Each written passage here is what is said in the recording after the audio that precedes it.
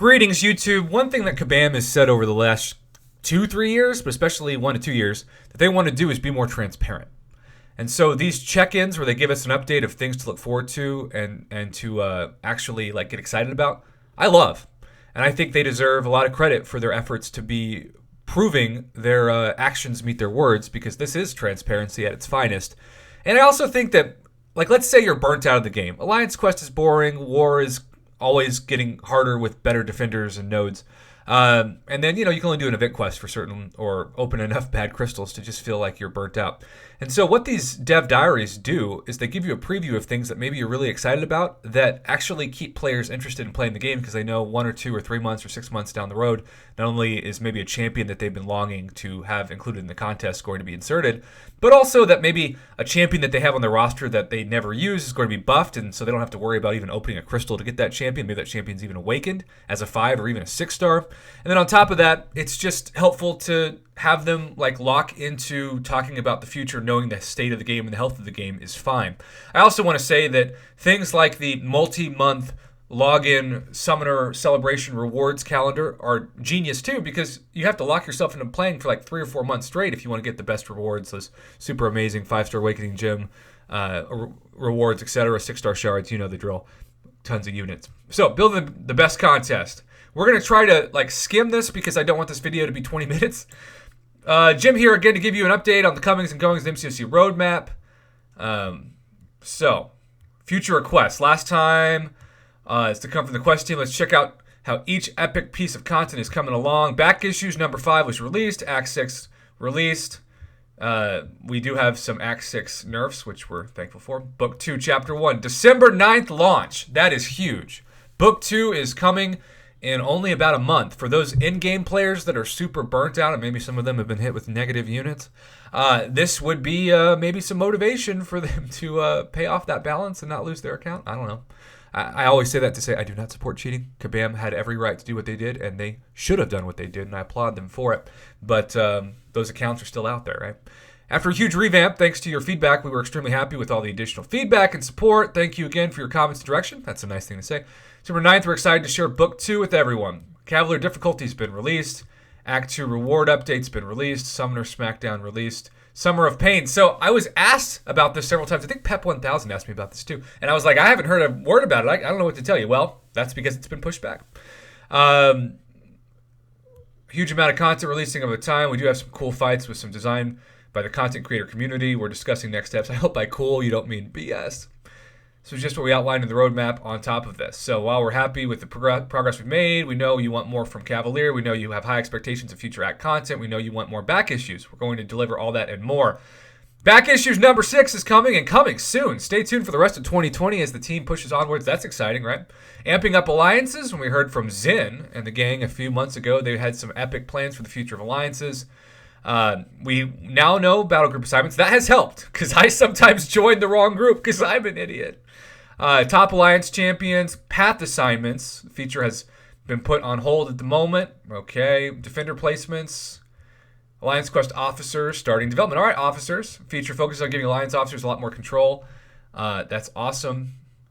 And then Bosses, Alliance Quest Modifiers, all good things. Let's keep this rolling. Season 19 release. Alliance War Future and Design. We're going through our initial design phase for the Alliance War revamp. We're looking to completely restructure Alliance Wars and provide a more interesting experience. I get really nervous when Kabam uses the word interesting, because it can be a synonym for like BS, where people just miss the old maps and old like expectations and predictability, at least of paths. Because sometimes when they say interesting, you just don't know what's coming no matter what, and so you can only bring 3 champions in for war attack, and so no matter what, you're going to fight people that you no longer have counters for.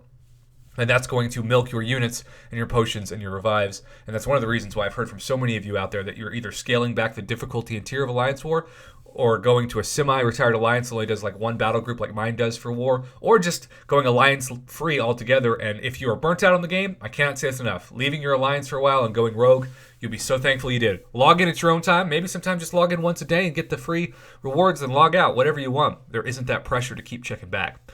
Map 7 Rebalance released. Alliance Quest Energy Improvements released. Map 6 and 7 Link Node Improvements released. Undo button in development has started development, and we are really excited to bring this to Alliance Quest early next year. Interesting. I was hoping an undo button would be like if you accidentally purchased, say, the wrong crystal. Help all is delayed. Well, that is unfortunate. I don't know about you, but this is what I was most excited about. I think that's what speaks to my arena addiction. Some of you may have caught a glimpse of the help all button in game before it was ready for release. We are still working toward it. We're going to start with small increments to help 4, possibly doubling it to 8. 16 would be nice, right? I mean, 8 is good, but 16 would be like the sweet spot, I think, for the moment, if the servers are crashing or something. Lions Quest Future, this is still very early in design. However, we have started looking at some ideas for link nodes rework, energy rework, raid bosses. Okay. This team is making huge strides in the usability of fairness, challenge to Alliance content, and blah, blah, blah. Champions of the contest. Magneto is released. Punisher released. Falcon and Gambit released.